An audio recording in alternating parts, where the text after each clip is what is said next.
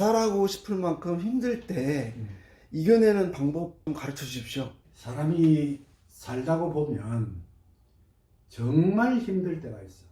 어느 정도 힘드냐면 막 그냥 눈을 감고 세상을 떠나면 좋겠다는 생각이 들 정도로 힘든 시절이 온다고. 그게 제일 비중을 차지하고 있는 것이 경제적인 어려움이 있을 때. 그러니까 우리가 가정생활을 하기 위해서는 기초적인 돈이 필요하거든. 운영을 해야 하는 애들 교육비라든 생활비라든 이런 것도 모자라지고, 또는 돈이 없어가지고 관리비라든 이런 게 연체가 되고 하는 그런 때.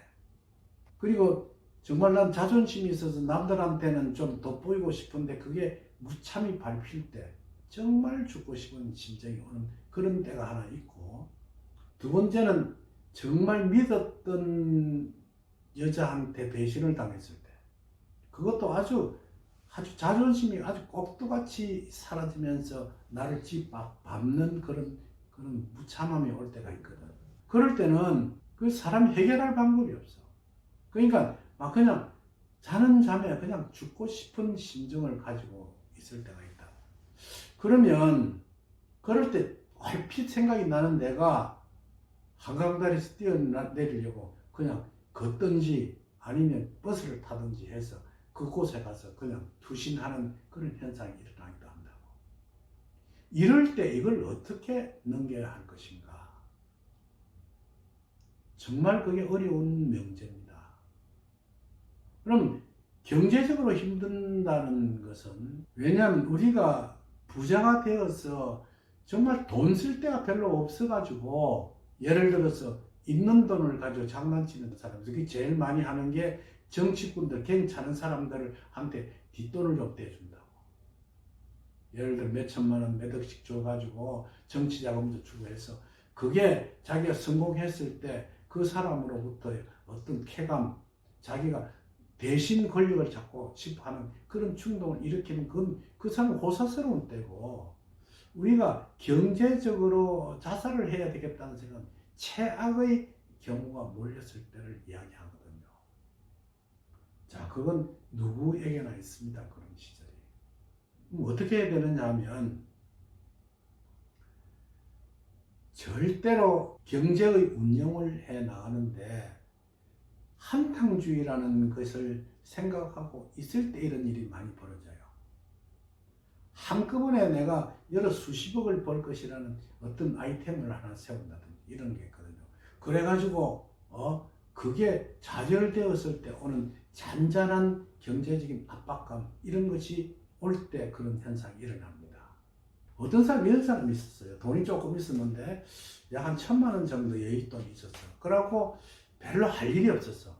그러니까 이 친구가 가만히 생각하니까 아무리 아껴 써도 한 5, 6개월 정도만 지나면 이 돈이 고갈된다. 하는 일은 별로 없고, 현재는 조금 있으니까 그걸 아껴 쓰는데, 이 친구 어떤 생각을 했냐면, 로또를 좀 대량으로 사가지고 하나만 걸리면, 예를 들어서 100만 원어치 사가지고 한 개만 걸리면 몇 천만 원 또는 몇 억이 되니까 그걸 해보고 싶다 해가지고 해서, 자기가 가지고 있는 돈을 몽땅 다 날릴 때까지 해도 뒤에는 안 되니까 뒤에는 생활고에 못 이겨서 사실은 그 자살 소동을 일으키는 현상을 봤습니다. 자살 소동을 일으키는 어려운 일이 있는 것은 지금 현재의 그 어떤 갑작스러운 상황이 아니고 몇 년, 몇 개월 누적된 것이 맨 마지막에 와서 그런 현상이 일어나요. 경제적인 것은 어디서 일어나느냐 하면,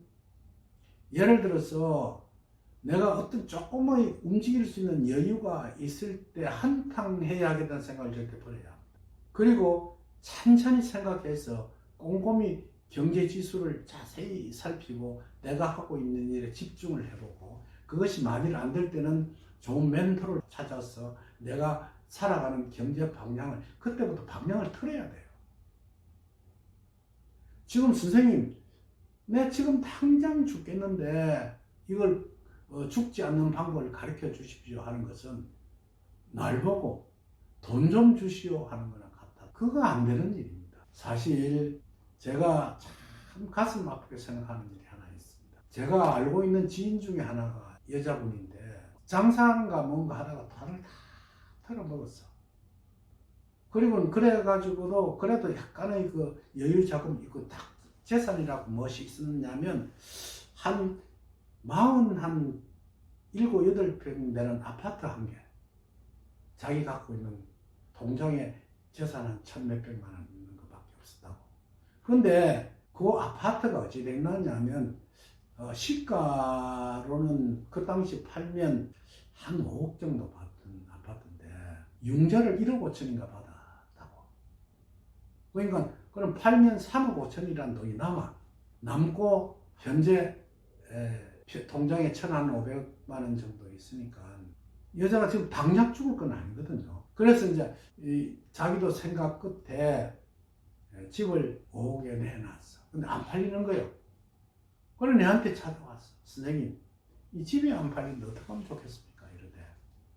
그러면 한 1억 좀 깎아가지고 4억에 팔아라. 선생님, 그게 무슨 말씀이면 내가 1억을 벌려면 얼마나 고생을 해야 되는데 그런 소리를 하십니까? 자네 5억 받으려면 그거 안 팔린다. 계속 이자만 나가야 되고, 그럼 뭐 이자 별거 아니, 그때는 금리가 쌀 때니까. 그러면서 거의 그 아파트를 5억을 받기 위해서 팔렸고, 고집하다가 있는 돈도 바닥에 타고, 아파트만 들러 남았어. 그런데 금리가 엄청 올란 거예요. 금리가 오른 동시에 집값은 굉장히 떨어지기 시작하는 거예요. 옛날에 5억 하던 아파트가 지금 3억에도 안 팔리는 거예요. 금리는 오르고. 지금 현재 절대절명의 순간이야. 2억 주고 팔라고 하는 건 너무 아깝고 3억에 내놔. 그러니까 전에 같으면 4억 해도 뭐 금방 팔릴 정도였죠. 5억짜리를 4억에 팔았으니까. 그러면 1억 7천인가 되는 이자 빼뿌리고 나면 한 2억 3천 정도 남잖아요. 그러면 그 돈을 가지고 전세를 하나 구해 들어가든지 생활을 줄일 수가 있었다고. 그러면서 이제 들어가는 금리라든지 이런 게 없으니까 나이는 젊고 하니까 어디 가서 장사를 하든지 아르바이트를 하든지 어디 아마 하다 보때 접시를 나르는 그런 일을 하더라도 최저임금은 받아서 자기 혼자 살 수가 있는 거예요. 식구가 별로 없었으니까. 그런데 지금은 어떻습니까? 그 때를 놓쳐버리니까 집값은 반토막이 나버리고 그것도 팔리지도 않아. 이자는 옛날에 비해서 2.5배 정도로 1억 7천인가 융자를 냈는데 거기 한 달에 100 몇십만 원, 130만 원씩인가 이자가 나가야 돼. 130만 원이 어디 있어? 그러니까 관리비도 못 내고 이자도 못 내고 집이 경매에 넘어갈 판이라. 경매에 넘어가면 어찌 되느냐면 그게 지금 합게임도 안 된다고 솔직히 이야기해서 그냥 맨바닥으로 팔면 한 3억 받던 집이 경매에 넘어가면 1억 몇천 밖에 못 받으면 사실은 1억 7천만 원 이자 빼고 나면 뻥이 아무것도 없는 맨손으로 들고 나와야 그런 현상 속에 있습니다. 그럴 때 자기 지인에게 손을 벌리면서 내가 집 팔면 돈 줄 테니까 돈 좀 빌려달라 해. 내가 안 빌려준다. 왜 안 하느냐 하면 얽히기 싫어서 안 빌려주는 거예요. 돈을 내려서 몇백만 원 빌려줄 수가 있어. 안 받으면 돼. 근데 그렇게 되면 그게 사실은 금전으로 인해서 무엇인가 그 사람 인연이 얽히게 된다고. 그 사람들이 그게 싫은 거예요. 그런 관계 없이 그냥 인사하고 예쁘게 안녕하세요 잘 지내세요 하는 건 할 수 있겠는데 왜 사람들이 금전 거래를 안 하려고 하느냐면 옛말에 돈 주고 사람 잃고 돈도 없어지고 한다지만 그것보다도 쓸데없는 인연관계에 얽혀서 복잡하게 안 살려고 하기 때문에 거래를 안 하는 거예요. 그러면서 문을 닫아버린다고. 영원히 그 사람하고 헤어져 버리게 돼요. 그게 그렇게 부탁을 받은 사람으로부터는 깨끗한 일이에요.